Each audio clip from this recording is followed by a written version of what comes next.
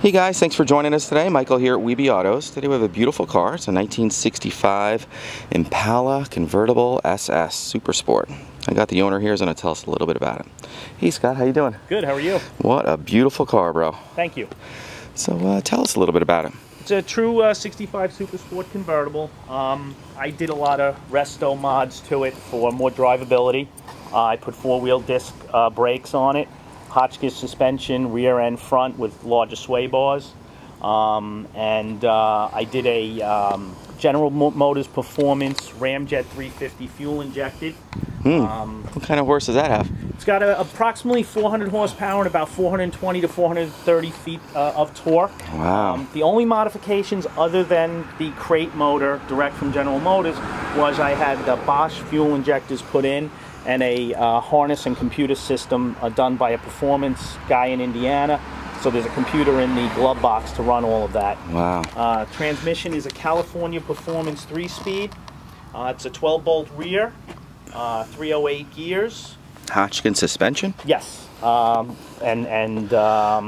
have headers, 3-inch exhaust all the way back with turbo thrust Turbomaster mufflers. I put nice BFGoodrich rubber all the way around. Looks like that's about as big as you can get in the back, huh, Scott? I went wide, so everything clears, but I wanted to go wide, really get, you know, some rubber to the road. Really nice stance, too, on it. And I love the paint, too. It's like a black cherry maroon, right? It's a black cherry DuPont color. The wheels are from a company in Australia. They're called Showtime Streeters.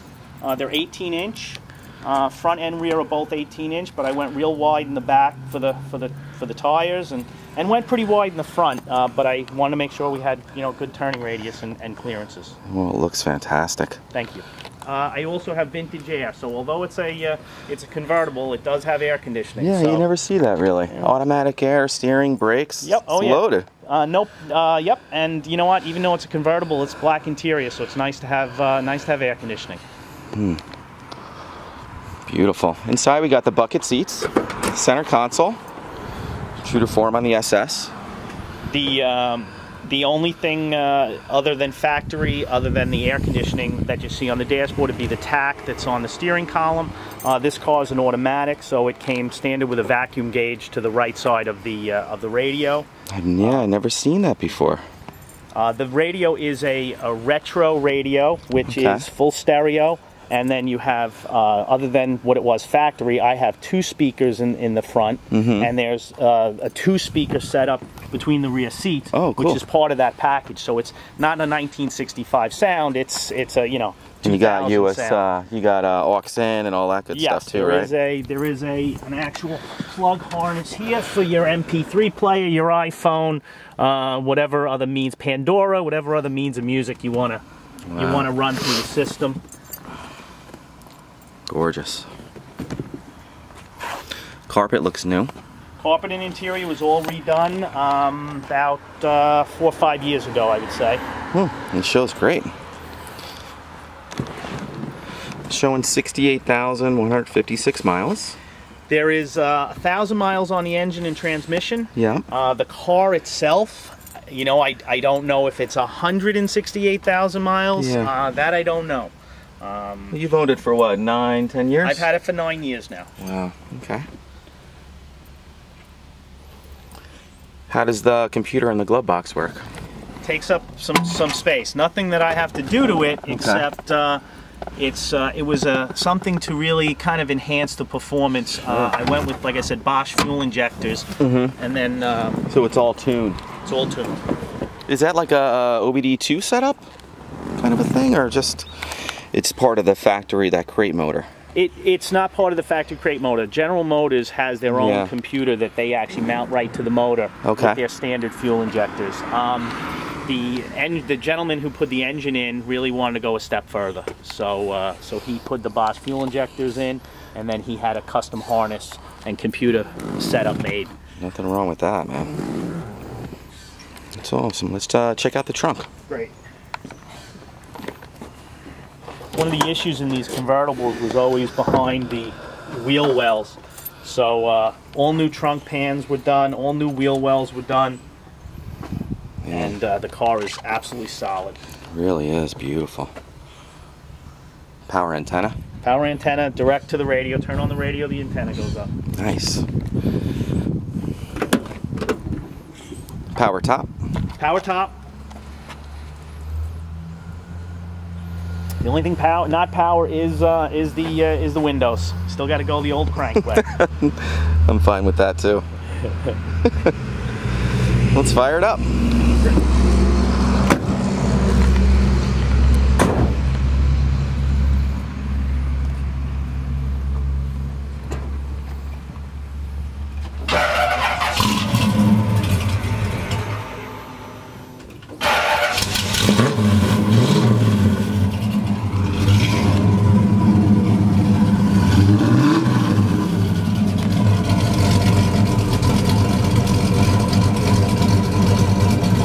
Got a nice rumble to it. It's 3-inch exhaust all the way back. It really has a real nice throaty sound to it. The beauty of fuel injection is you just turn the key and go. Yeah, that's awesome. The rest. Super straight body too, jeez. Wow, look at that. Pretty. Got a very large radiator and a dual electronic fan setup. Keep it cool. When you have an air-conditioned car, you want to make sure you have, you know, dual power fans. Sure. For a hot summer day. Yeah, that makes a big difference. Stainless steel headers, power steering, power brakes. Yep. Awesome. Optima Gel Battery.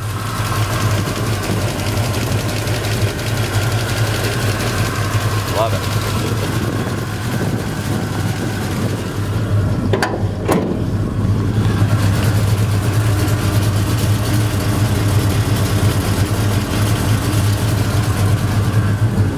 Let's take a quick ride. Great.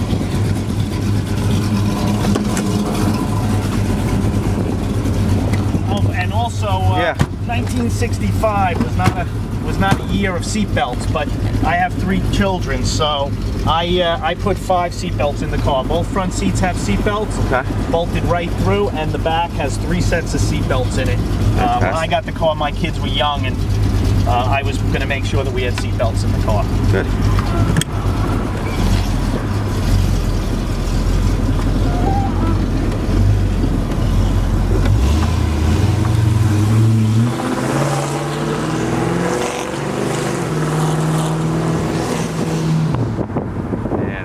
It's got a nice sound. It does. It shifts nice. It's a 3-speed California performance transmission, which I really felt made it up really well with the engine. Oh yeah.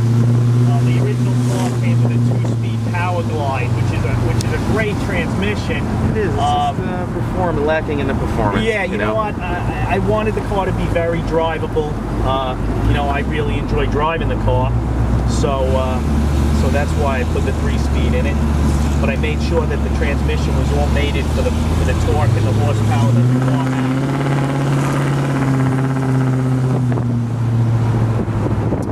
had. Regular torque converter, a little bit of stall? You know, I'd have to pull up the specs on it. You know, when I ordered the transmission, I made sure to, you know, talk about what engine and what kind of horsepower and torque I was, you know, the setup was going to be. So everything was mated together.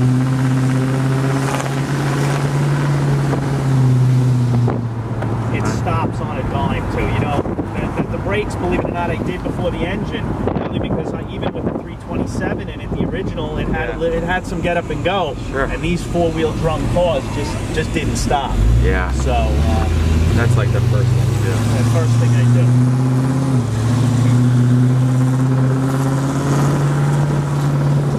You know, the suspension really, this is a big car. It's a big heavy car, but the suspension really, when you put much thicker sway bars on, you know, an entrance ramp to a parkway or an entrance ramp to the highway, the lean is not there anymore.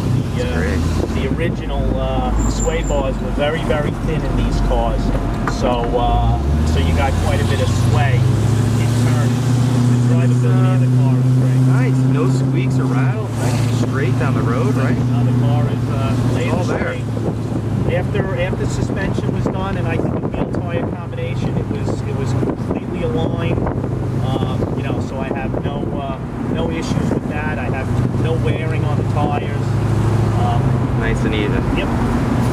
Beautiful. I wanted to do it right. That you did.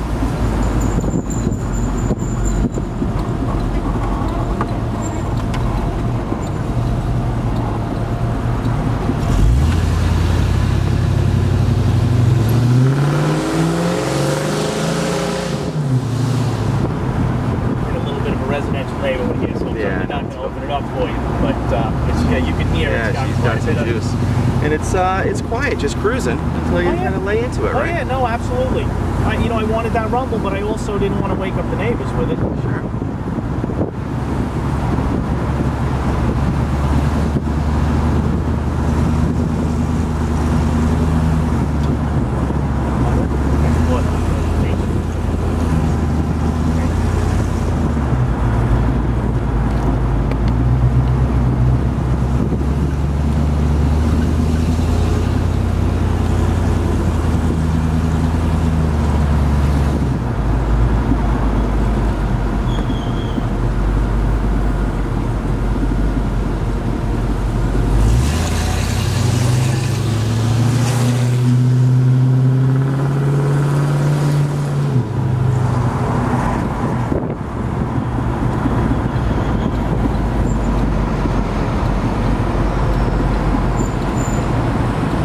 Notice at idle, the car really is not, it's not a loud car. I mean, like I said, it's got a nice throaty exhaust, but it idles real smooth. Comfortable cruiser. That's the fuel injection also. It's the computer continually adjusts your fuel air mixtures. So I have teenage kids, and I wanted it to be able to, for them to be able to get in and turn the key and start it, and not have the issue of a carbureted car.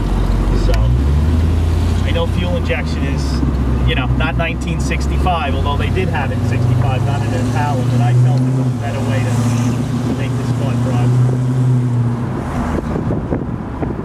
It's just nice to know you can just hop in, turn the key, and enjoy it, Exactly.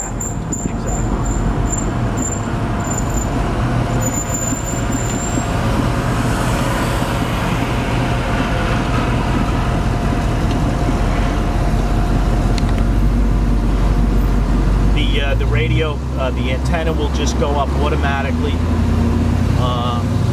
when you turn on the radio, so there's nothing to do there.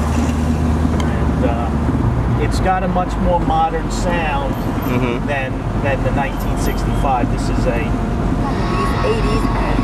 radio that has 4 speakers in it, not just the standard 2. Yeah.